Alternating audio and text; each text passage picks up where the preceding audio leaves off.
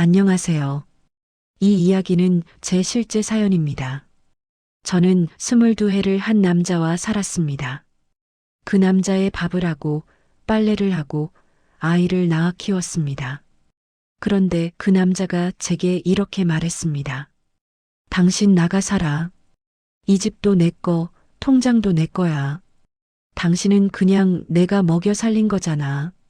22해가 먹여 살려준 것으로 정리되는 순간이었습니다. 그런데 그 남자 지금 어떻게 됐는지 아세요? 제가 직접 말씀드리겠습니다. 저는 1991년 28배 나이에 결혼했습니다. 남편은 당시 32, 중견 건설회사 과장이었어요. 그때만 해도 저는 은행 텔러로 일하고 있었습니다. 월급은 58만 원. 적은 돈이었지만 제 돈으로 백화점에서 옷도 사고 친구들이랑 명동에서 커피도 마실 수 있었어요. 제 통장에 제 이름으로 돈이 찍히는 게 얼마나 뿌듯했는지 모릅니다. 그런데 결혼을 앞두고 남편이 말했어요. 당신은 결혼하면 일 그만둬. 우리 어머니도 평생 전업주부셨어. 여자가 밖에서 일하면 집안 꼴이 말이 아니야. 저는 그 말에 기분이 좋지 않았습니다. 저도 일하면서 살림하면 안 될까요? 안 돼.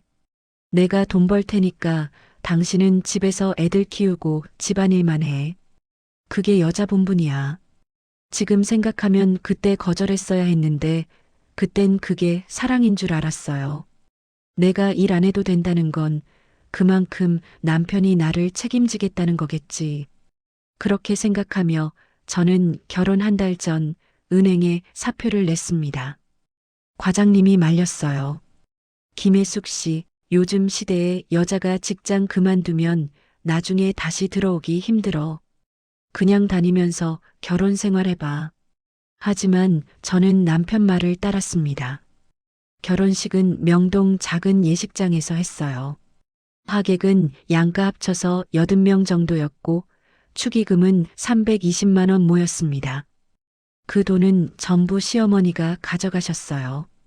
이건 우리 집안 경사니까 우리가 관리한다. 저는 아무 말도 못했습니다. 신혼집은 시댁 근처 빌라 전세였어요. 보증금 3천만 원은 남편이 회사 대출받아서 냈고 월세는 없었습니다. 12평짜리 투룸이었는데 화장실이 좁아서 씻을 때마다 팔꿈치가 벽에 부딪혔어요. 하지만 저는 불평하지 않았습니다. 우리 둘이서 열심히 살면 되지 뭐. 그렇게 신혼생활이 시작됐어요. 남편은 아침 7시에 출근해서 밤 9시에 퇴근했습니다. 저는 아침 6시에 일어나서 남편 아침상 차리고 와이셔츠 다림질하고 구두 닦아서 현관에 놔뒀어요.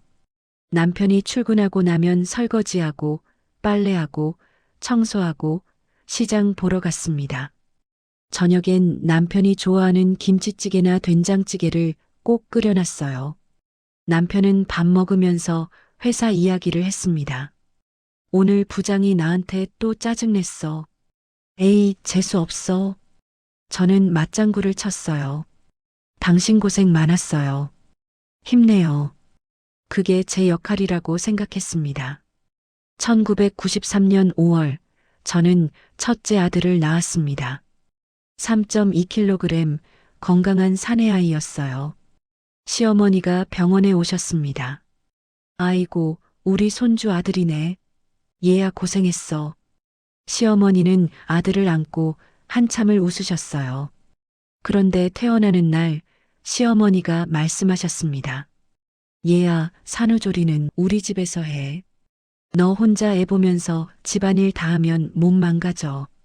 저는 고마웠습니다. 하지만 시댁에 가서 보니 산후조리가 아니었어요.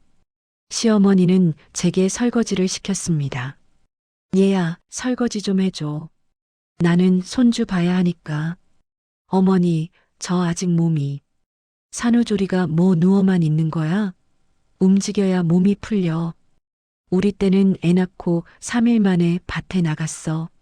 저는 산후 일주일 만에 설거지를 시작했습니다. 그리고 2주 만에 청소를, 3주 만에 빨래를 했어요. 남편은 아무 말도 안 했습니다. 집으로 돌아온 뒤부터는 정말 전쟁이었어요. 아기는 2시간마다 깼고 저는 밤새 수유하고 기저귀 갈고 재웠습니다. 아침엔 남편 아침 차려야 하니까 새벽 6시에 일어났어요. 낮엔 아기 안고 빨래하고 청소하고 저녁 준비했습니다. 남편 퇴근하면 밥상 차리고 설거지하고 다시 아기 재우고 그렇게 하루하루가 지나갔어요. 1996년 3월 저는 둘째 딸을 낳았습니다. 아들 3살, 딸 갓난아기. 그때부터는 정말 정신이 하나도 없었습니다. 큰애는 유치원 보내야 하고 작은애는 밤새 울고 남편은 회식이 잦아졌어요. 오늘 회식이야. 늦게 들어갈 거야. 남편은 일주일에 서너 번씩 새벽 2시, 3시에 들어왔습니다. 저는 혼자 애들 재우고 설거지하고 빨래 개고 그러다 잠들었어요. 제 통장엔 돈이 없었습니다.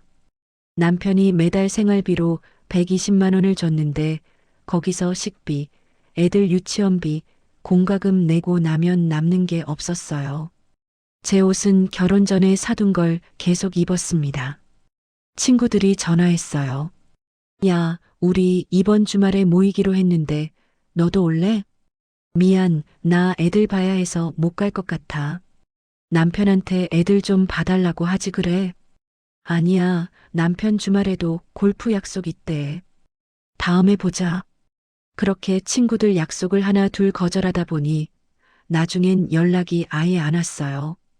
2000년대 들어서면서 남편은 대리에서 과장으로, 과장에서 차장으로 승진했습니다. 월급도 올랐어요. 하지만 제가 쓸 수 있는 생활비는 그대로였습니다. 당신 월급 올랐으니까 생활비 좀 더 주시면 안 돼요? 생활비가 왜 더 필요해? 지금도 충분하잖아. 애들 학원비도 올랐고 물가도 올랐어요. 그럼 아껴 써. 당신 하루 종일 집에 있으면서 돈 관리도 제대로 못해? 저는 더 이상 말하지 않았습니다. 그리고 생활비를 더 아껴 썼어요. 마트에서 할인하는 것만 사고 제 옷은 아예 안 샀습니다. 친구들 만나는 것도 완전히 끊었어요. 명절엔 혼자 시댁 가서 음식 준비했습니다. 새벽 4시에 일어나서 전 부치고 나물 무치고 잡채 만들고 갈비찜 했어요. 시댁 식구들은 제가 차린 음식 먹으면서 이렇게 말했습니다. 올케 간이 좀 센데? 작은 며느리네 집은 음식이 더 맛있던데. 저는 그 말을 듣고도 웃으며 대답했어요. 다음엔 더 신경 쓸게요. 그렇게 10년, 15년, 20년이 흘렀습니다. 제 통장엔 여전히 제 돈이 없었어요. 집도, 차도, 통장도 전부 남편 명의였습니다. 그땐 그게 당연한 줄 알았어요. 우리 세대 여자들은 다 그렇게 살았으니까요. 그런데 지금 생각해보면 그게 시작이었던 것 같습니다. 제가 아무것도 가지지 못한 사람이 되어가는 2008년 봄이었습니다. 남편 나이 49, 저는 45이었어요. 남편이 부장으로 승진했습니다.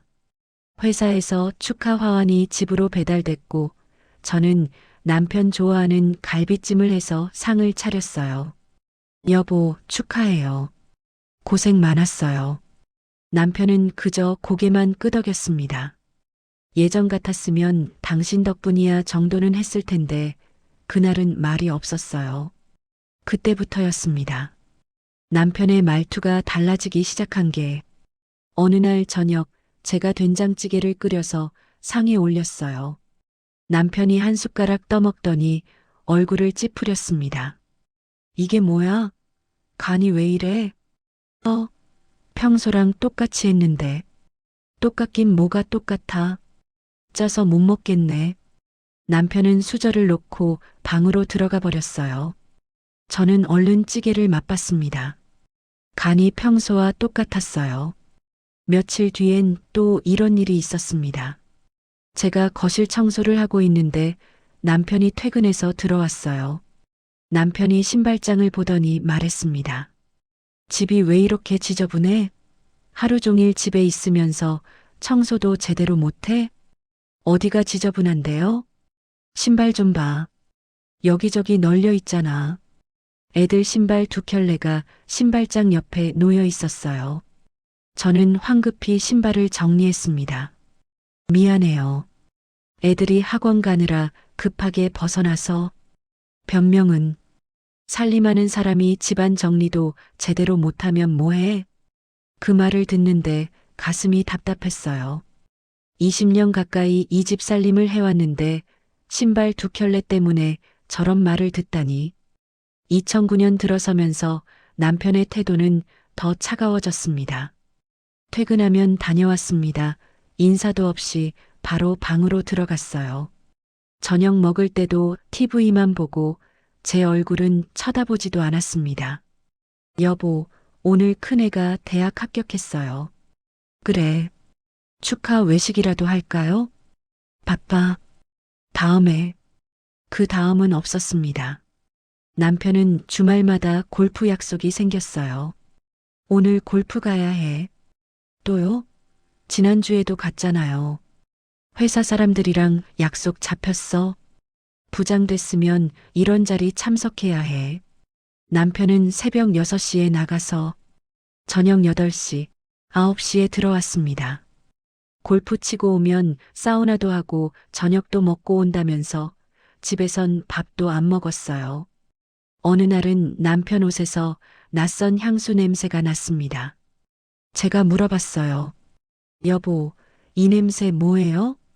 뭔 냄새? 향수 냄새 나는데요.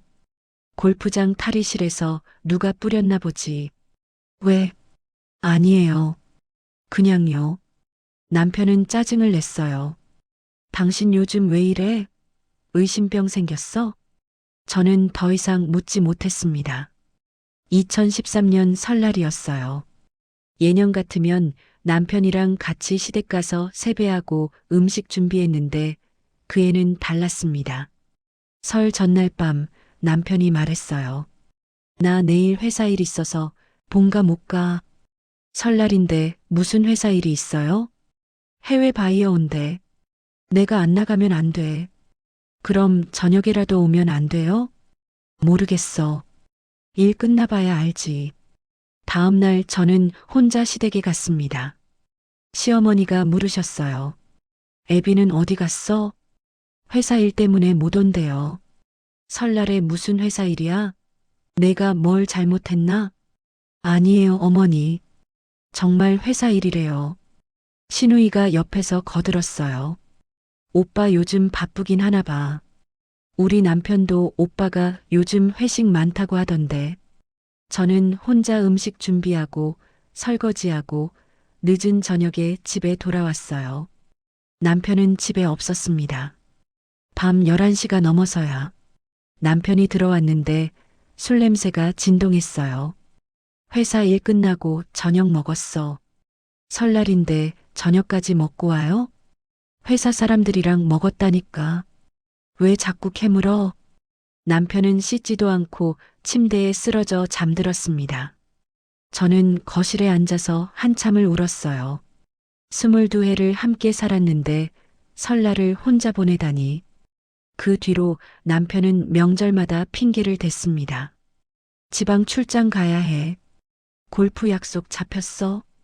회사에서 급한 일 생겼어. 저는 혼자 시댁 가서 절 받고 음식 준비하고 설거지했어요. 시댁 식구들은 제게 이렇게 말했습니다. 너 남편 관리 좀 잘해. 명절에도 집에 안 들어오면 어떡해. 저는 고개를 숙였습니다. 죄송해요. 제 잘못도 아닌데 사과했어요. 2013년 어느 날 저는 남편 서랍을 정리하다가 신용카드 영수증을 발견했습니다. 호텔 레스토랑 영수증이었어요. 23만 원, 2인 코스 요리. 날짜를 보니 제 생일이었습니다. 그날 남편은 회사 회식이라고 했었어요. 저는 혼자 미역국 끓여 먹고 TV 보다가 잤습니다. 그런데 남편은 그날 호텔에서 누군가와 저녁을 먹었던 거예요. 저는 손이 떨렸습니다. 설마, 설마 그럴 리가. 하지만 확신할 수 없었어요. 그냥 회사 사람들이랑 먹었을 수도 있으니까요. 저는 영수증을 다시 서랍에 넣었습니다. 그리고 모른 척 했어요. 어느 날 저녁 저는 용기를 내서 남편에게 물어봤습니다. 여보, 요즘 저한테 관심이 없는 것 같아요. 무슨 소리야? 주말마다 골프 가고, 명절에도 집에 안 오고, 저녁에도 말도 안 하고, 당신은 돈도 안 버는데 뭐 하나 제대로 하는 게 있어? 그 말을 듣는 순간 저는 숨이 막혔습니다. 22년 동안 집안일하고 애들 키운 게 제대로 하는 게 없다는 건가요? 제가 뭘 잘못했어요? 잘못한 게 뭐가 있어? 그냥 당신이 재미없어. 재미없다. 그 말이 가슴에 박혔어요. 22회를 함께 산 아내가 재미없다니. 그날 밤 저는 큰애한테 물어봤습니다. 아들아, 아빠 요즘 좀 이상하지 않니? 큰애가 대답했어요. 엄마, 아빠 원래 그래. 엄마만 모르는 거야. 뭐가 원래 그래? 아빠 진작부터 엄마한테 관심 없었어. 나랑 동생한테도 관심 없고 그냥 돈만 벌어오는 사람이야. 저는 아무 말도 못했습니다. 큰애는 방으로 들어가 버렸어요. 저는 거실에 혼자 앉아서 지난 22년을 떠올렸습니다. 결혼하고 직장 그만두고 애 낳고 키우고 시댁 명절 음식 준비하고 제 인생이 통째로 이 남자한테 바쳐진 22년이었어요. 그런데 그 남자는 저를 재미없다고 했습니다. 그때 문득 이런 생각이 들었어요. 이 사람 혹시 바람 피우는 거 아닐까? 하지만 저는 그 생각을 애써 지웠습니다. 설마 22회를 함께 산 사람이 그럴 리가 없다고 그렇게 믿고 싶었어요. 하지만 제 불안은 점점 커져만 갔습니다. 2012년 5월 어느 날이었습니다. 남편이 퇴근하자마자 말했어요. 다음 달에 이사 간다. 네? 갑자기 무슨 이사요? 아파트 샀어. 서울 노원구에 32평짜리. 저는 깜짝 놀랐습니다. 결혼한 지 21년 만에 처음으로 우리 집이 생긴다는 거였어요. 정말요? 언제 계약했어요? 지난주에. 당신한테 말해봤자 어차피 모르잖아. 그 말에 기분이 좀 상했지만 저는 참았습니다. 집을 산다는 게 너무 기뻤거든요. 집값은 얼마예요? 3억 2천. 대출 1억 받고 나머지는 내가 모은 돈으로 냈어. 우와, 당신 대단해요. 당연하지. 내가 20년 넘게 벌었는데. 저는 그날 밤 잠이 안 왔어요. 드디어 우리 집이 생긴다는 게 실감이 안 났습니다. 이제 전세 걱정 안 해도 되겠네. 애들도 자기 방 생기고 나도 이제 안정됐구나. 다음 날부터 저는 이사 준비를 시작했어요.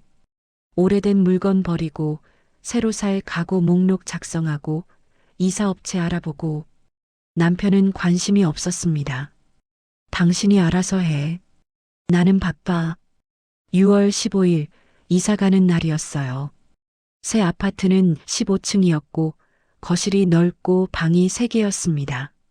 저는 집 구석구석을 닦으며 생각했어요. 여기서 평생 살겠구나. 늙어서도 이 집에서 손주들 보고 살겠지. 그렇게 한 달쯤 지난 어느 날이었습니다. 저는 청소하다가 남편 책상 서랍에서 서류 봉투를 발견했어요.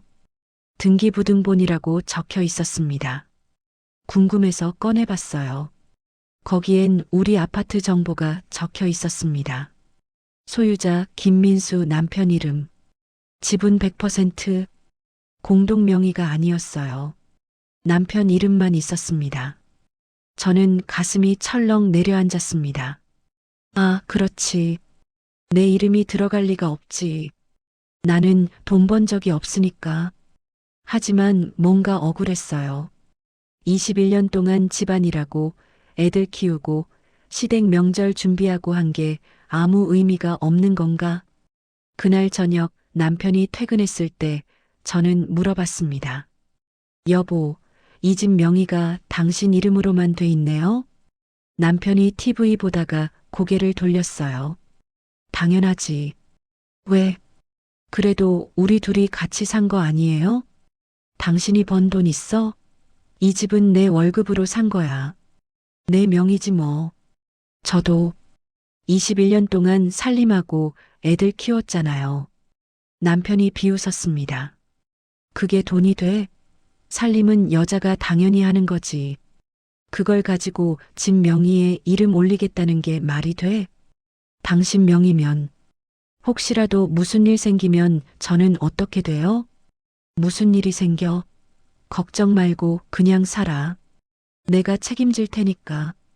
남편은 그렇게 말하고 다시 TV를 봤습니다. 저는 더 이상 말할 수 없었어요.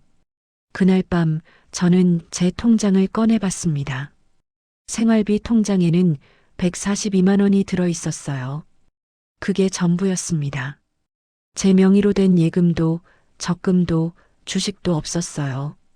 결혼하고 21년 동안 모은 게 하나도 없었습니다. 저는 그제야 겁이 났어요. 만약 남편이 나를 버리면, 만약 남편한테 무슨 일이 생기면 나는 어떻게 되는 거지? 며칠 뒤 저는 친정 언니한테 전화했습니다. 언니, 나 질문 하나만 할게. 왜? 무슨 일 있어? 우리 집 명의가 남편 이름으로만 돼 있거든. 이거 나중에 문제 안 돼? 언니가 한숨을 쉬었어요. 너 지금까지 몰랐어?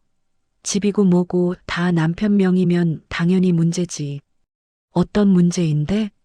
만약에 남편이 바람 피워서 이혼하겠다고 하면 너는 쫓겨나는 거야. 집도 남편 거, 돈도 남편 거니까.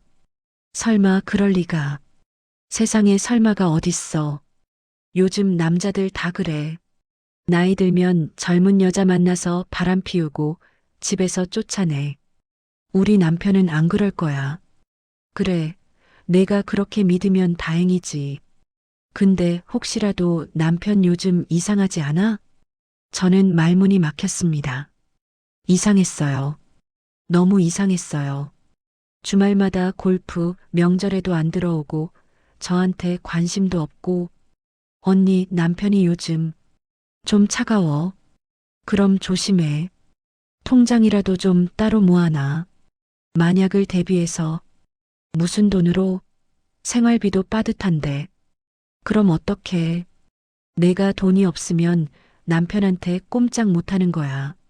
전화를 끊고 나서 저는 한참을 멍하니 앉아 있었습니다. 언니 말이 맞았어요. 저는 돈이 없었습니다. 집도 차도 통장도 전부 남편 명의였어요. 만약 남편이 저를 버리면 저는 정말 아무것도 없는 사람이 되는 겁니다. 그날부터 저는 불안해졌어요. 남편이 늦게 들어오면 혹시 바람 피우는 거 아닐까? 남편이 휴대폰 들여다보면 누구랑 문자하는 걸까? 남편이 주말에 골프 간다고 하면 정말 골프 가는 걸까?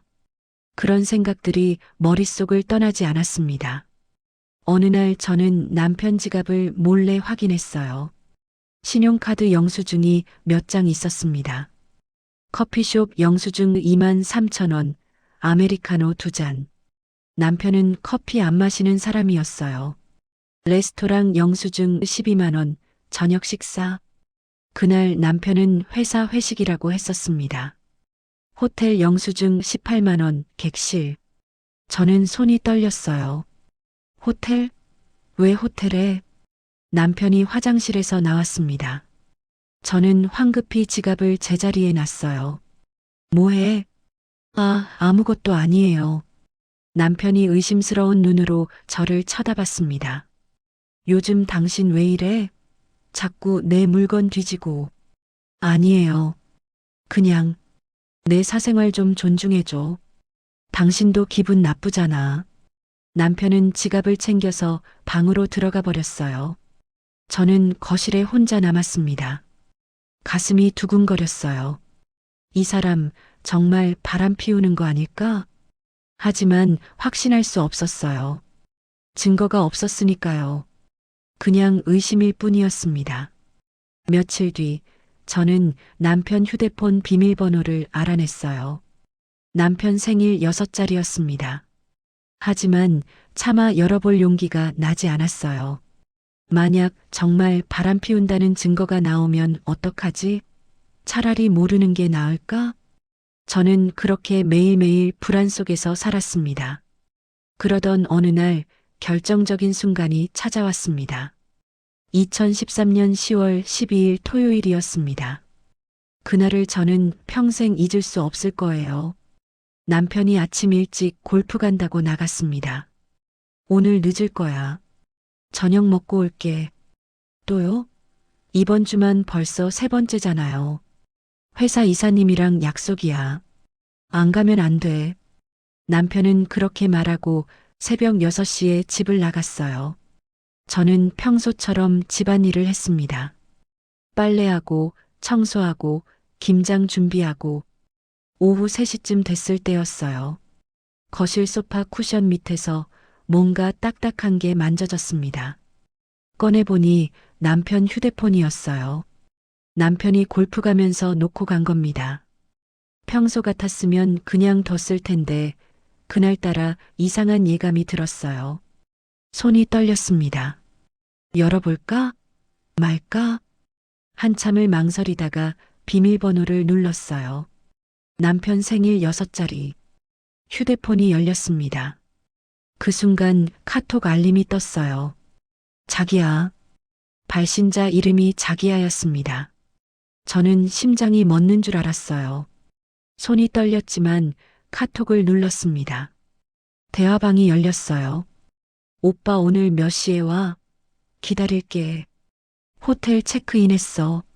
1507호야. 오면 바로 올라와. 오빠 보고 싶어 죽겠어. 빨리 와유. 저는 그 자리에서 주저앉았습니다. 위로 스크롤을 올렸어요. 대화가 수백 개 있었습니다. 어제 너무 좋았어. 또 보고 싶어. 당신 없으면 못 살아. 사랑해. 집에 가기 싫어. 당신이랑만 있고 싶어. 우리 다음 주에 제주도 갈까? 3박 4일로. 좋아. 오빠랑이면 어디든 좋아. 사진도 있었어요. 남편과 어떤 여자가 손잡고 웃으며 찍은 셀카. 호텔 침대에 누워서 찍은 사진. 제주도 바다 앞에서 찍은 커플 사진. 여자는 젊었어요. 아마 30 초반쯤 돼 보였습니다. 긴 생머리에 하얀 피부, 날씬한 몸매. 사진 속 남편은 웃고 있었어요. 저한테는 몇 년째 보여주지 않던 그 미소를. 저는 손으로 입을 막았습니다. 눈물이 주르륵 흘러내렸어요. 더 위로 올려봤습니다. 대화 내역이 1년 전부터 있었어요. 2012년 9월부터였습니다. 우리가 새 아파트로 이사 온 지 석 달 뒤였어요. 오늘 처음 만났는데 너무 예뻐서 깜짝 놀랐어. 저도요 오빠 목소리 너무 좋아요.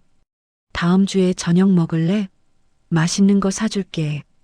좋아요. 기대할게요. 그렇게 시작된 관계가 1년 넘게 이어지고 있었습니다. 저는 계속 스크롤을 내렸어요.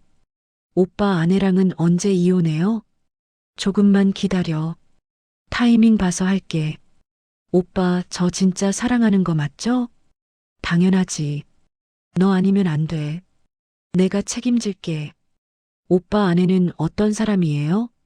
그냥 집에서 빈둥거리는 사람이야. 재미도 없고 너랑은 비교도 안 돼. 그 문장을 보는 순간 저는 숨을 쉴 수가 없었어요. 22년을 함께 산 아내를 집에서 빈둥거리는 사람이라고. 저는 휴대폰을 꽉 쥐었습니다. 통화 기록도 확인했어요. 거의 매일 통화했더군요. 새벽 통화, 점심시간 통화, 저녁 통화. 통화 시간이 짧게는 10분, 길게는 1시간이 넘었어요. 저한테는 전화 한 통 안 하던 사람이 문자 메시지도 받습니다. 오늘 명절이라 집에 못 가. 미안해. 대신 다음 주에 보상해 줄게. 작년 설날 남편이 회사 일 있다고 시댁에 안 갔던 날이었어요. 저는 혼자 시댁 가서 명절 음식 준비하고 설거지했는데 남편은 그날 그 여자랑 있었던 겁니다. 오늘 아내 생일인데 케이크도 안 사줬어. 신경도 안 써 키읔키읔. 제 생일날이었어요. 저는 그날 혼자 미역국 끓여 먹었습니다. 남편은 회사 회식이라고 했었어요. 근데 사실은 그 여자랑 호텔에서 저녁 먹고 있었던 거예요. 저는 더 이상 볼 수가 없었습니다. 휴대폰을 내려놓고 바닥에 주저앉았어요. 아, 아, 신음 같은 소리만 나왔습니다. 22년이었어요. 28배 결혼해서 50살이 될 때까지 제 청춘을 다 바친 22년이었습니다. 직장도 그만두고 친구도 다 끊고 오로지 이 남자만 믿고 살았어요. 새벽같이 일어나 밥 차리고 빨래하고 청소하고 애들 기저귀 갈고 학교 보내고 학원 보내고 시댁 명절마다 새벽 4시에 일어나 음식 준비하고 제 옷 한 벌 제대로 못 사고 친구들 만나는 것도 다 포기하고 그렇게 산 22년이 집에서 빈둥거리는 사람이라니 저는 거실 바닥에 엎드려 한참을 울었습니다. 얼마나 울었을까요? 해가 지고 있었어요. 저는 눈물을 닦고 일어났습니다. 휴대폰으로 사진을 찍기 시작했어요. 카톡 대화 내용, 사진, 통화 기록, 문자 메시지. 증거가 될 만한 건 전부 제 휴대폰으로 찍었습니다. 100장이 넘게 찍었어요. 그리고 남편 휴대폰을 다시 소파 쿠션 밑에 넣어뒀습니다. 저녁 8시쯤 남편이 들어왔어요. 다녀왔어. 저는 아무렇지 않은 척 대답했습니다. 왔어요? 골프 잘했어요? 응. 근데 내 휴대폰 못 봤어? 아침에 놓고 나온 것 같은데. 소파 쿠션 밑에 있던데요. 남편이 휴대폰을 찾아서 확인했어요. 카톡을 열어보더니 얼굴이 굳어졌습니다. 제가 읽은 걸 눈치챈 거예요. 남편이 저를 쳐다봤습니다. 당신, 내 폰 봤어? 저는 침착하게 대답했어요. 네, 봤어요. 남의 폰을 왜 봐? 남의 폰이요? 당신 제 남편이잖아요. 그래서 뭐, 어쩔 건데? 남편의 목소리는 차갑고 무서웠습니다. 사과는커녕 오히려 화를 내는 거예요. 저는 떨리는 목소리로 물었습니다. 여보, 이게 대체 뭐예요? 1년 넘게 바람 피운 거예요? 바람? 그게 중요해? 당신이 나한테 뭐 해준 게 있어? 제가 뭘 못 해줬는데요? 22년 동안 당신 뒷바라지하고 애들 키우고 그게 뭐 밥하고 빨래하는 게 대단한 거야? 그런 건 돈 주면 누구나 할 수 있어. 그 말을 듣는 순간 저는 온몸에 힘이 빠졌습니다. 남편이 계속 말했어요. 당신은 재미도 없고 예쁘지도 않고 나이만 먹었어. 나는 이제 당신이랑 살기 싫어. 그럼 이혼하자는 거예요? 그래. 이혼하자. 어차피 우리 사이 끝난 지 오래야. 집은요? 애들은요? 남편이 비웃었습니다. 당신이 이혼하면 뭐 남는 거 있어? 집도 내 명이고 돈도 내 거고 당신은 가진 거 하나도 없잖아. 22년을 함께 살았는데. 그래서 22년 먹여 살려준 것만 해도 감사하게 생각해야지. 저는 그 자리에 멍하니 서 있었습니다. 남편은 방으로 들어가 버렸어요. 문을 쾅 닫는 소리가 집안에 울렸습니다. 저는 그제야 깨달았어요. 이 사람은 처음부터 저를 사랑한 게 아니었구나. 그냥 집안일 시킬 사람이 필요했던 거였구나. 그날 밤 저는 한숨도 자지 못했습니다. 이제 어떻게 해야 할지 막막했어요. 그날 이후로 남편은 집에 들어오지 않았습니다. 일주일이 지났어요. 저는 남편한테 전화했지만 받지 않았습니다. 문자를 보냈습니다. 여보, 우리 얘기 좀 해요. 애들도 있는데 이렇게 끝낼 순 없잖아요. 제발 한 번만 만나요. 익신만 당했어요. 열흘째 되던 날 남편한테서 문자가 왔습니다. 이혼 합의서 작성해놔. 다음 주에 들를게. 저는 손이 떨렸습니다. 정말 이혼하려는 거구나. 큰애한테 전화했어요. 아들아, 아빠가 바람 피웠어. 알아요, 엄마. 내가 어떻게 알아? 아빠 작년부터 이상했잖아요. 저도 짐작하고 있었어요. 그럼 왜 말 안 했어? 말해봤자 엄마만 힘들까 봐요. 엄마 어떻게 할 거예요? 모르겠어. 아빠가 이혼하재. 큰애가 한숨을 쉬었습니다. 엄마 아빠 말대로 하지 마세요. 엄마한테도 권리 있어요. 무슨 권리? 엄마는 돈도 없고 집도 없는데. 그래도 법이 있잖아요. 변호사 상담 받아보세요. 큰애 말이 맞았어요. 하지만 변호사 상담은 돈이 드는 거 아닌가요? 저는 생활비 통장을 확인했습니다. 남편이 입금을 끊어버렸어요. 통장에 남은 돈은 94만 원이었습니다. 공과금 내고 식비 쓰고 나면 한 달도 버티기 힘든 돈이었어요. 2주가 지난 어느 날 남편이 집에 왔습니다. 토요일 오전이었어요. 저는 거실에서 설거지를 하고 있었습니다. 다녀왔어. 남편은 인사도 제대로 안 했어요. 저는 물기 묻은 손을 닦으며 말했습니다. 여보, 우리 진지하게 얘기 좀 해요. 할 얘기 없어. 이혼 합의서 작성했어? 작성 안 했어요. 저는 이혼 안 할 거예요. 남편이 비웃었습니다. 이혼 안 해? 당신 혼자 버틸 수 있을 것 같아? 22년을 함께 살았는데 이렇게 끝낼 순 없어요. 22년이 뭐가 대단해? 그동안 내가 얼마나 답답했는데. 당신이 답답했어요? 저는요? 제 인생은 어떡하고요? 남편이 소파에 앉으며 말했어요. 당신 인생? 당신은 내가 먹여 살린 거야. 집도 내가 사주고 밥도 내가 먹여주고 옷도 내가 사준 거잖아. 제가 집안이라고 애들 키운 건 아무것도 아니에요? 그건 여자가 당연히 해야 할 일이지. 그걸 가지고 뭐라고 해? 저는 숨이 막혔습니다.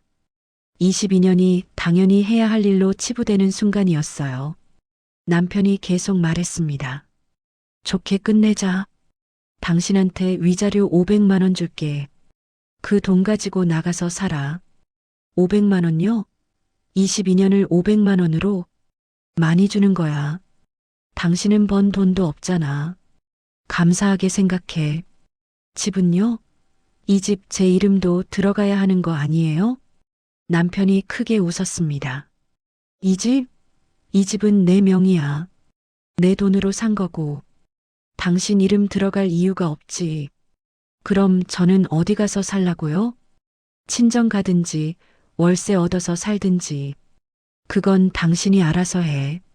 친정은 아버지 요양원 계시고 저는 갈 데가 없어요. 그럼 어쩔 수 없지. 고시원이라도 들어가든가. 남편은 정말 차갑게 말했어요. 22년을 함께 산 사람한테 할 말이 아니었습니다. 저는 눈물이 나려는 걸 꾹 참았어요. 여보, 그 여자랑 헤어지면 안 돼요? 우리 다시 시작해요. 다시 시작? 당신이랑? 절대 싫어. 왜요? 제가 뭘 잘못했는데요? 당신은 늙었어. 재미도 없고 볼품도 없고 나는 이제 당신이랑 1분도 같이 있기 싫어. 그 말을 듣는 순간 저는 모든 게 무너지는 걸 느꼈습니다. 남편이 일어서며 말했어요. 2주 안에 이 집에서 나가. 이혼 합의서 작성 안 하면 내가 일방적으로 소송 걸 거야. 제가 왜 나가야 해요? 저도 22년 동안 이 집 지킨 사람이에요. 지켰어? 청소나 좀 한 거지. 이 집 내 명의야. 내가 나가라면 나가야지. 안 나가요. 절대 안 나가요. 남편이 차갑게 웃었습니다. 그럼 어쩔 건데? 생활비 끊으면 당신 한 달도 못 버텨. 통장에 돈 얼마나 있어? 저는 아무 말도 못했어요. 통장에 94만 원밖에 없다는 걸 남편도 알고 있었습니다. 당신 갈 데도 없고 돈도 없고 경력도 없잖아. 50살에 취직할 데도 없고 그러니까 순순히 합의하고 나가. 당신 정말 너무해요. 너무한 건 당신이야. 22년 동안 나한테 뭐 해준 게 있어? 밥하고 빨래한 거? 그딴 건 돈 주면 가정부도 해. 남편은 그렇게 말하고 현관으로 갔습니다. 문 앞에서 돌아보며 마지막으로 말했어요. 11월 15일까지 나가. 안 나가면 내가 강제로 내보낼 거야. 문이 쾅 닫혔습니다. 저는 그 자리에서 주저앉아 울었어요. 22년이 이렇게 무너지는구나. 이렇게 버려지는구나. 온몸에 힘이 빠졌습니다. 그날 저녁 딸아이가 집에 왔어요. 대학교 1학년이었습니다. 엄마, 왜 그래요? 우셨어요? 저는 딸을 안고 한참을 울었습니다. 서연아, 아빠가 바람 피웠어. 알아요, 엄마. 너도 알고 있었어? 네. 오빠한테 들었어요. 엄마 괜찮아요? 괜찮을 리가 없지. 딸이 제 손을 꽉 잡았어요. 엄마, 절대 아빠 말대로 하지 마세요. 엄마도 권리 있어요. 무슨 권리? 엄마는 아무것도 없는데. 그래도 법이 엄마 편이에요. 오빠가 그러는데 전업주부도 재산 나눠받을 수 있대요. 정말? 네. 엄마, 변호사 상담 받아보세요. 딸의 말을 듣고 저는 조금 희망이 생겼습니다. 혹시 정말 제가 권리가 있을까요? 22년이 헛된 게 아닐까요? 다음 날 저는 인터넷을 찾아봤어요. 전업주부 이혼 재산분할. 검색 결과가 쭉 나왔습니다. 전업주부도 재산분할 청구권이 있습니다. 결혼 기간 중 형성된 재산은 부부 공동 재산입니다. 가사노동도 경제적 기여로 인정됩니다. 저는 그 글들을 읽으며 눈물이 났어요. 나도 권리가 있구나. 22년 만에 처음으로 제가 권리를 가진 사람이라는 걸 알았습니다. 하지만 어떻게 해야 할지 몰랐어요. 변호사는 어디서 찾아야 하나요? 상담 비용은 얼마나 드나요? 통장에 94만 원밖에 없는데 가능할까요? 그날 밤 저는 잠을 이룰 수가 없었습니다. 남편이 준 기한은 2주였어요. 11월 15일까지. 시간이 없었습니다. 저는 결심했어요. 이대로 무너질 순 없어. 싸워야 해. 22년을 이렇게 끝낼 순 없어. 다음 날 아침 저는 동사무소로 향했습니다. 동사무소는 집에서 버스로 20분 거리였습니다. 저는 그날 아침 일찍 집을 나섰어요. 통장에서 5천 원을 뽑아 버스비로 썼습니다. 동사무소 1층 종합민원실에 들어섰어요. 저기 상담 받고 싶은데요. 직원이 물었습니다. 어떤 상담이세요? 이혼 관련 상담이요. 직원이 2층 가족 상담실을 안내해 줬어요. 계단을 올라가는데 다리에 힘이 없었습니다. 상담실 문을 열었어요. 40대로 보이는 여자 상담사가 앉아 있었습니다. 어서 오세요. 앉으세요. 저는 의자에 앉으며 떨리는 목소리로 말했어요. 저 남편이 바람을 피웠는데요. 이혼하재요. 네, 말씀하세요. 저는 지난 22년을 쏟아냈습니다. 결혼하고 직장 그만둔 것, 애들 키운 것, 시댁 명절 음식 준비한 것, 남편 명의로만 된 집과 통장, 생활비 끊긴 것, 퇴거 통보받은 것, 전부 다 얘기했어요. 상담사가 고개를 끄덕이며 물었습니다. 결혼 기간이 22년이시죠? 네. 그 기간 동안 형성된 재산이 얼마나 되나요? 아파트 3억 2천에 샀고 남편 통장에 예금이 좀 있을 거예요. 정확히는 모르겠어요. 남편 명의 재산이라도 부인께서 재산분할 청구권을 행사할 수 있어요. 정말요? 네. 결혼 생활 동안 부인께서 가사와 육아를 전담하셨잖아요. 그것도 경제적 기여로 인정됩니다. 저는 그 말을 듣고 눈물이 났어요. 22년 만에 처음으로 제가 인정받는 기분이었습니다. 그럼 저도 집을 나눠 가질 수 있어요? 네. 보통 절반씩 나눕니다. 특별한 사유가 있으면 비율이 달라질 수도 있고요. 남편이 바람피운 건요? 그건 위자료 청구 사유가 돼요. 증거가 있으세요?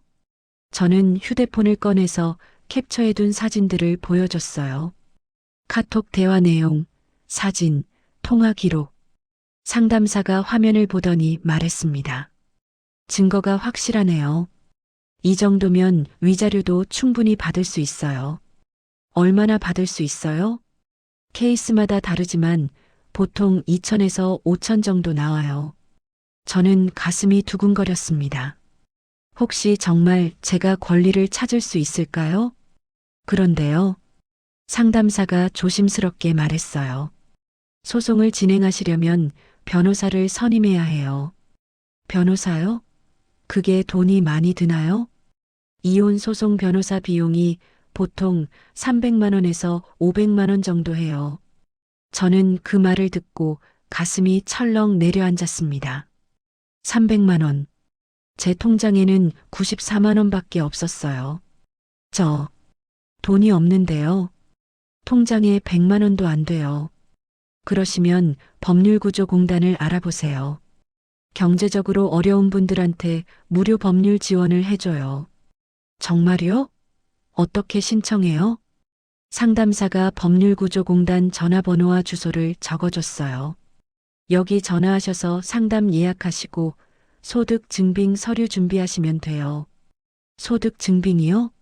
저는 전업주부라 소득이 없는데요. 그럼 더 좋아요. 무료 지원 받으실 수 있어요. 저는 종이를 받아들고 상담실을 나왔습니다. 집으로 돌아오는 버스 안에서 생각했어요. 법률구조공단.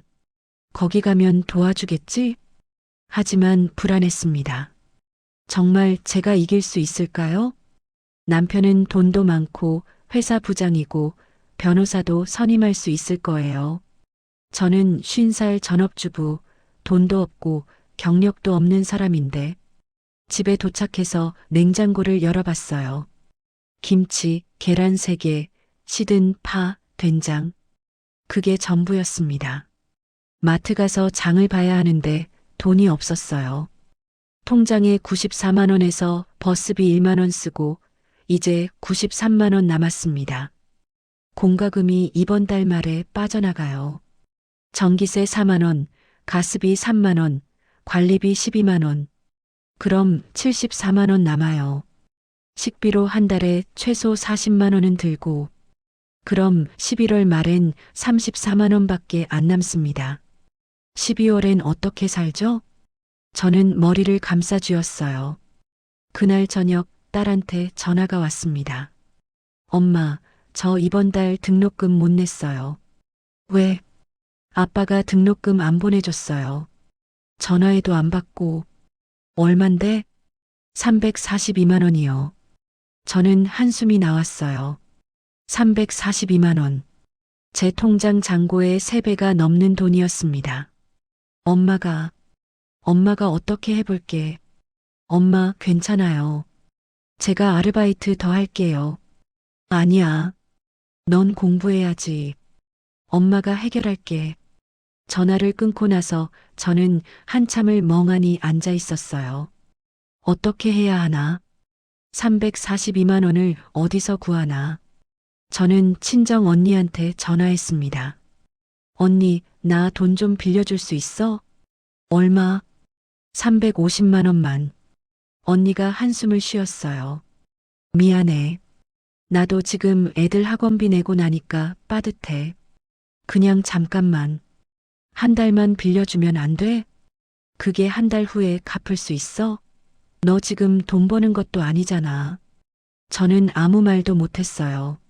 언니 말이 맞았습니다. 한 달 후에도, 1년 후에도 저는 돈을 갚을 방법이 없었어요. 미안해. 나도 도와주고 싶은데. 알았어, 언니. 괜찮아. 저는 전화를 끊었습니다. 그날 밤 저는 제 인생을 돌아봤어요. 50살, 경력 단절 22년, 통장 잔고 93만 원.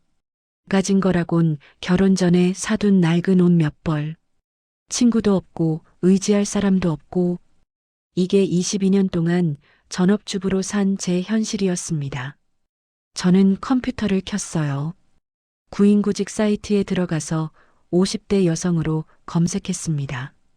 청소 아줌마 시급 9,860원. 식당 설거지 시급 9,860원. 아파트 경비 보조 월급 180만 원. 그게 전부였어요. 하루 8시간, 한 달 22일 일하면 173만 원 정도 됩니다. 거기서 월세 50만 원 내고 식비 40만 원 쓰고 나면 83만 원 남아요. 공과금 내고 교통비 쓰고 나면 거의 남는 게 없습니다. 이렇게 늙어가는 건가? 저는 눈물이 났어요. 22년 동안 한 남자만 믿고 살았는데 직장도 그만두고 경력도 다 포기하고 오로지 가정만 지켰는데 결국 남은 건 아무것도 없었습니다. 밤 11시가 넘었을 때 남편한테서 문자가 왔어요. 딸 등록금 내달라고? 그건 내가 왜 내? 내가 키웠으면 내가 책임져. 저는 휴대폰을 던지고 싶었습니다. 22년 동안 남편 돈으로 애를 키웠는데 이제 와서 제 책임이라니. 저는 바닥에 주저앉아 소리내어 울었어요. 으아. 목 놓아 울었습니다. 22년이 너무 억울했어요. 아무도 제 편이 없었어요. 그렇게 한참을 울다가 문득 생각이 들었습니다. 아니야. 포기하면 안 돼. 법률구조공단에 가봐야 해. 거기서 도와준다고 했잖아. 저는 눈물을 닦고 일어났어요. 내일 당장 법률구조공단에 전화해야겠다고 다짐했습니다. 이대로 무너질 순 없었어요. 22년을 이렇게 끝낼 순 없었습니다. 저는 악착같이 싸우기로 했어요. 제 권리를 찾기로 했습니다. 다음 날 아침 9시 저는 법률구조공단에 전화했습니다. 여보세요. 이혼 상담 받고 싶은데요. 네, 신청자 성함이랑 연락처 남겨주시면 상담 예약 도와드릴게요. 상담 예약은 3일 뒤로 잡혔어요. 11월 5일 화요일 오전 10시. 저는 그 사흘 동안 준비를 시작했습니다. 먼저 집안에 있는 남편 서류를 전부 찾았어요. 남편 책상 서랍, 옷장, 심지어 창고까지 뒤졌습니다. 등기부등본 우리 아파트 3억 2천만 원에 매입. 통장 사본 예금 1억 8천만 원. 주식계좌 평가액 4,200만 원. 보험증서 적립식 보험 해지 환급금 2천만 원. 전부 남편 명의였어요. 하나하나 휴대폰으로 사진을 찍었습니다. 그리고 남편이 불륜 상대와 주고받은 카톡도 다시 한번 정리했어요. 100장이 넘는 캡처 사진, 호텔 영수증, 여행 사진, 송금 내역까지 전부 모았습니다. 특히 송금 내역이 충격적이었어요. 2012년 10월 50만 원 송금 우리 예쁜이 용돈. 2012년 12월 120만 원 송금 크리스마스 선물. 2013년 2월 80만 원 송금 자기야 명품 백사. 2013년 5월 200만 원 송금 제주도 여행비. 1년 동안 거의 1,000만 원 가까이 보낸 거예요. 제가 생활비 10만 원만 더 달라고 해도 거절하던 남편이 그 여자한테는 매달 수십만 원씩 보내고 있었던 겁니다. 저는 이를 악물었어요. 이 증거들 전부 법정에 제출할 거야. 11월 5일 화요일이 됐습니다. 법률구조공단은 서울역 근처에 있었어요. 저는 버스를 2번 갈아타고 그곳에 도착했습니다. 8층 상담실로 올라갔어요. 50대 남자 변호사님이 저를 맞이했습니다. 어서 오세요. 앉으세요. 저는 준비해온 서류를 전부 꺼냈어요. 남편 재산 목록, 카톡 캡처, 송금 내역, 결혼증명서. 변호사님이 서류를 하나하나 살펴봤습니다. 결혼 기간이 22년이시네요. 네. 남편분 재산이 총 5억 6천 정도 되고요. 그게 다 남편 명의예요. 저는 가진 게 없어요. 부인께서 전업주부로 가사와 육아를 전담하셨죠? 네. 22년 동안요. 변호사님이 고개를 끄덕였어요. 부인께서 재산분할 청구권을 행사하실 수 있습니다. 보통 50대 50으로 나눕니다. 그럼 저도 2억 8천 정도 받을 수 있어요? 네. 그리고 불륜 증거가 확실하니까 위자료도 청구 가능합니다. 위자료는 얼마나 받을 수 있어요? 이 정도 증거면 3천에서 5천 정도 나올 겁니다. 저는 가슴이 뛰었어요. 2억 8천 더하기 위자료 5천이면 총 3억 3천만 원. 평생 처음으로 제 명의로 그만한 돈을 가질 수 있다니. 변호사님, 그런데 저 돈이 없어요. 변호사 비용을 못 내는데. 여기가 법률구조공단입니다. 경제적으로 어려우신 분들한테 무료로 법률 지원을 해드려요. 정말요? 공짜로요? 네. 다만 승소하시면 받으신 금액의 10% 정도를 성공 보수로 내시면 됩니다. 그 정도면 괜찮아요. 저는 처음으로 웃었습니다. 22년 만에 처음으로 희망이 보였어요. 지금 바로 소송 진행하시겠어요? 네. 당장 해주세요. 변호사님이 서류를 작성하기 시작했어요. 이혼 청구 소장, 재산분할 청구 소장, 위자료 청구 소장. 저는 그 서류에 하나하나 서명했습니다. 떨리는 손으로 제 이름을 썼어요. 소장은 제가 다음 주까지 법원에 접수할게요. 재판 날짜 나오면 연락드리겠습니다. 네, 감사합니다. 법률구조공단을 나오면서 저는 가슴이 벅찼어요. 드디어 싸울 준비가 됐구나. 집으로 돌아오는 길에 남편한테서 전화가 왔습니다. 여보세요. 11월 15일까지 집 비우라고 했지? 이제 일주일 남았어. 저는 침착하게 대답했어요. 안 나갈 거예요. 뭐? 당신 지금 뭐라고 했어? 저 안 나가요. 이 집 제 집이기도 해요. 당신 미쳤어? 이 집 내 명이라고. 상관없어요. 저도 권리 있어요. 남편이 버럭 소리를 질렀습니다. 당신이 무슨 권리가 있어? 당신은 돈도 안 벌었잖아. 22년 동안 집안일하고 애들 키운 게 권리예요. 법이 그렇대요. 뭐? 법? 당신이 법을 알아? 네, 알아요. 변호사한테 상담 받았어요. 남편이 잠시 말을 멈췄어요. 그러더니 비웃었습니다. 변호사? 당신이 무슨 돈으로 변호사를 써? 통장에 100만 원도 없잖아. 법률구조공단에서 무료로 도와줘요. 뭐? 당신이 바람 피운 증거도 전부 확보했어요. 카톡, 사진, 송금 내역 다 있어요. 남편이 숨을 헐떡였습니다. 당신, 내 휴대폰 또 뒤진 거야? 뒤진 게 아니라 증거 수집한 거예요. 법정에서 전부 제출할 거예요. 당신 미쳤어. 미친 건 당신이에요. 22년을 함께 산 아내를 버리고 젊은 여자한테 1년 동안 1,000만 원 넘게 보낸 사람이 남편이 말을 잇지 못했어요. 저는 계속 말했습니다. 저 이제 안 참아요. 법대로 할 거예요.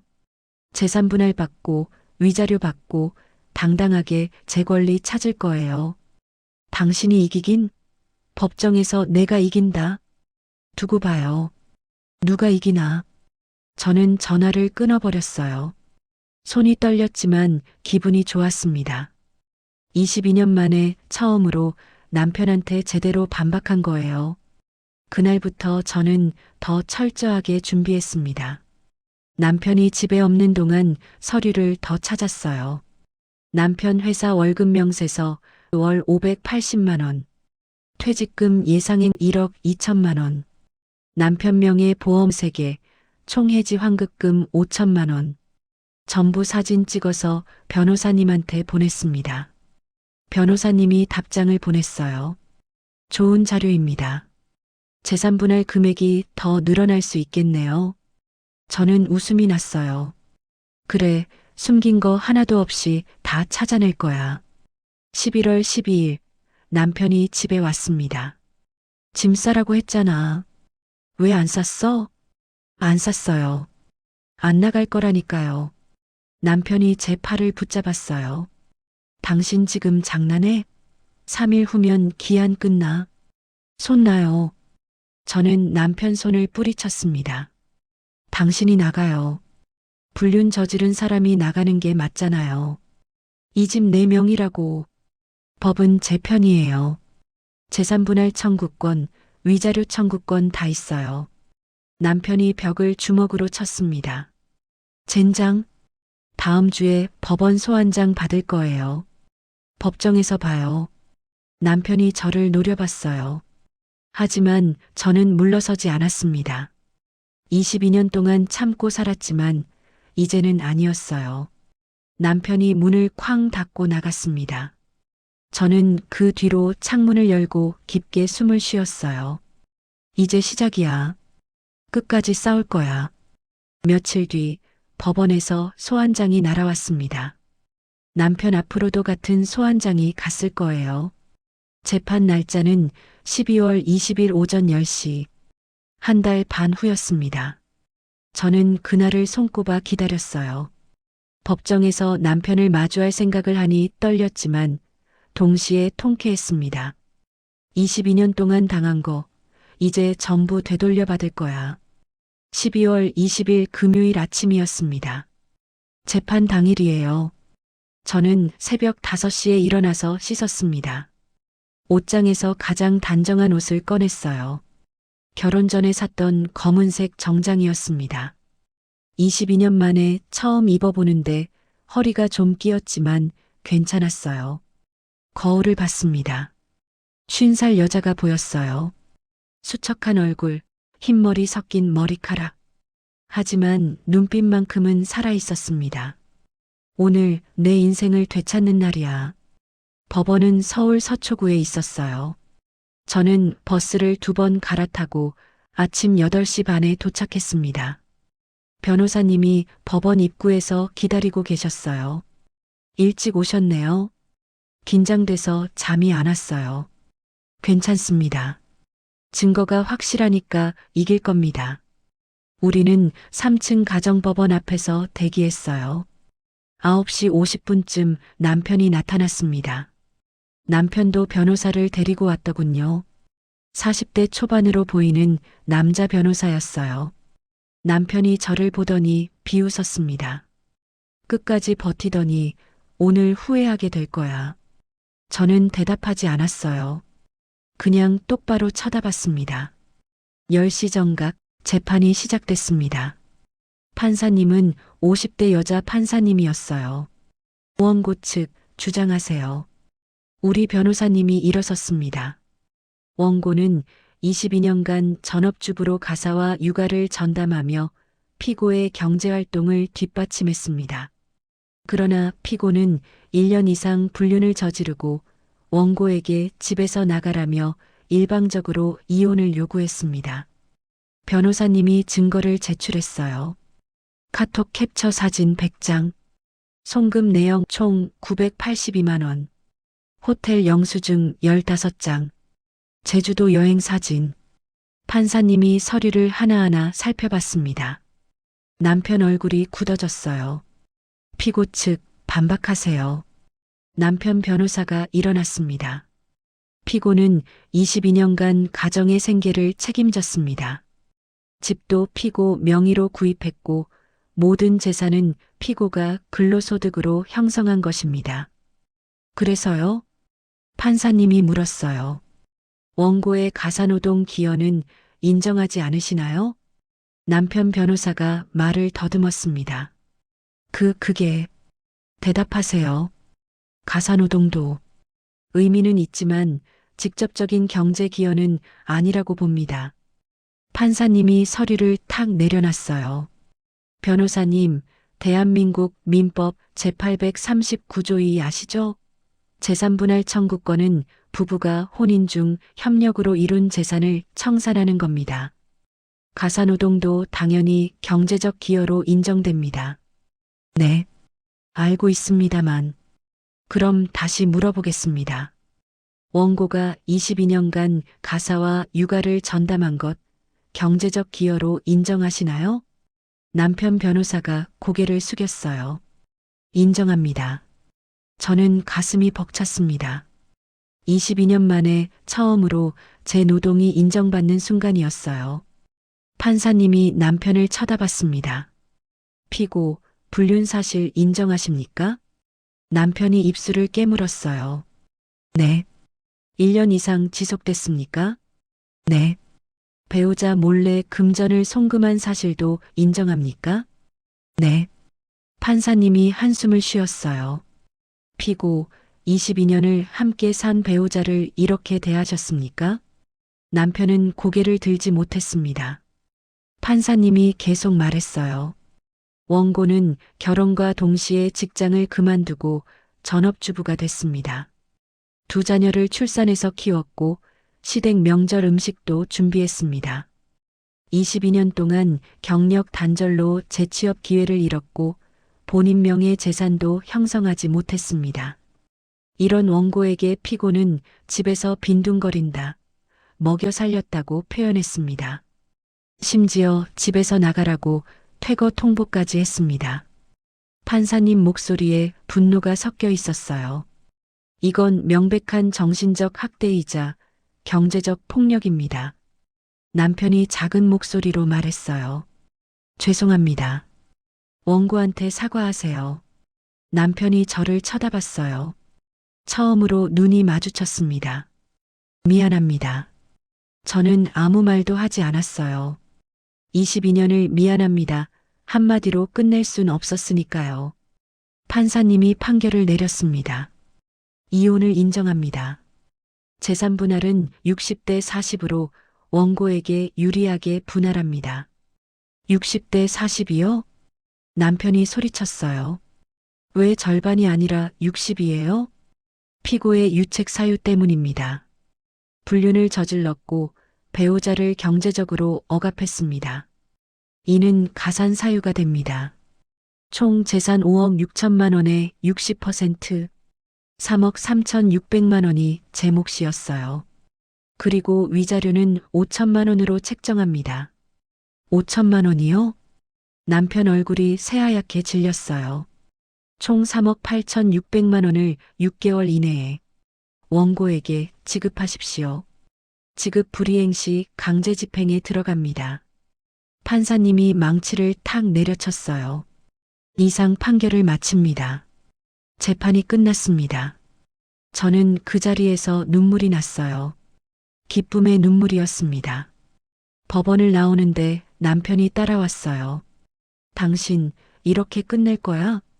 저는 돌아봤습니다. 끝난 거예요. 법이 결정했어요. 3억 8천이 어디 있어? 나 파산해. 그건 당신이 알아서 해요. 6개월 안에 안 주면 강제 집행 들어간대요. 남편이 제 팔을 붙잡았어요. 제발 좀 깎아줘. 2억만 줄게. 저는 남편 손을 뿌리쳤습니다. 법원 판결이에요. 제가 깎아줄 수 있는 게 아니에요. 당신 너무한 거 아니야? 너무한 건 당신이에요. 22년을 먹여 살렸다고 한 사람이. 저는 그렇게 말하고 남편을 두고 걸어갔어요. 뒤돌아보지 않았습니다. 3개월 뒤인 2014년 3월 남편이 돈을 보내왔어요. 아파트를 팔아서 제 몫을 정산한 거였습니다. 제 통장에 3억 8,600만 원이 찍혔어요. 평생 처음 보는 금액이었습니다. 저는 그 돈으로 작은 원룸을 샀어요. 서울 변두리 15평짜리였지만 제 명의였습니다. 등기부등본에 제 이름이 적혀 있는 걸 보고 또 울었어요. 이제 아무도 나를 못 쫓아내. 남은 돈으로 딸아이 등록금을 냈습니다. 그리고 적금을 들었어요. 매달 50만 원씩 제 명의로. 남편은 그 후 불륜 상대와 재혼했다고 들었어요. 하지만 1년도 안 돼서 또 이혼했답니다. 그 여자도 남편한테 똑같은 소리를 들었다고 하더군요. 내가 먹여 살린 거야. 남자는 안 변하나 봐요. 저는 지금 제 원룸에서 혼자 살고 있습니다. 크지는 않지만 깨끗하고 아늑해요.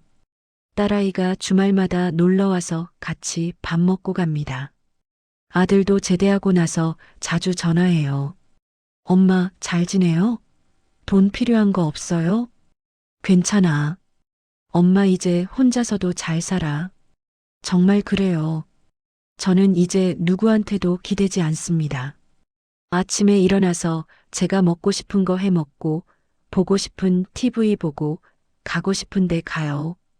통장에 제 이름으로 된 돈이 있고, 집문서에 제 이름이 있어요. 그게 저한테는 세상 무엇보다 소중합니다. 가끔 밤에 혼자 앉아서 생각해요. 22년이 헛된 시간이었을까? 아니에요. 헛되지 않았어요. 그 22년이 있었기에 지금 제가 권리를 찾을 수 있었으니까요. 법은 제 편이었습니다. 전업주부도 권리가 있다는 걸 증명했어요. 혹시 이 이야기를 듣고 계신 분 중에 저처럼 참고 사는 분이 있다면 꼭 말씀드리고 싶어요. 당신도 권리가 있습니다. 당신이 흘린 땀과 눈물이 헛되지 않았어요. 법은 당신을 인정해 줄 겁니다.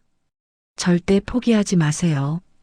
당신도 당당하게 살 권리가 있습니다. 저는 이제 58이에요. 늦은 나이지만 이제부터가 진짜 제 인생입니다. 아무도 저를 먹여 살렸다고 말할 수 없어요. 저는 이제 제 힘으로 삽니다. 그게 제일 자랑스러워요.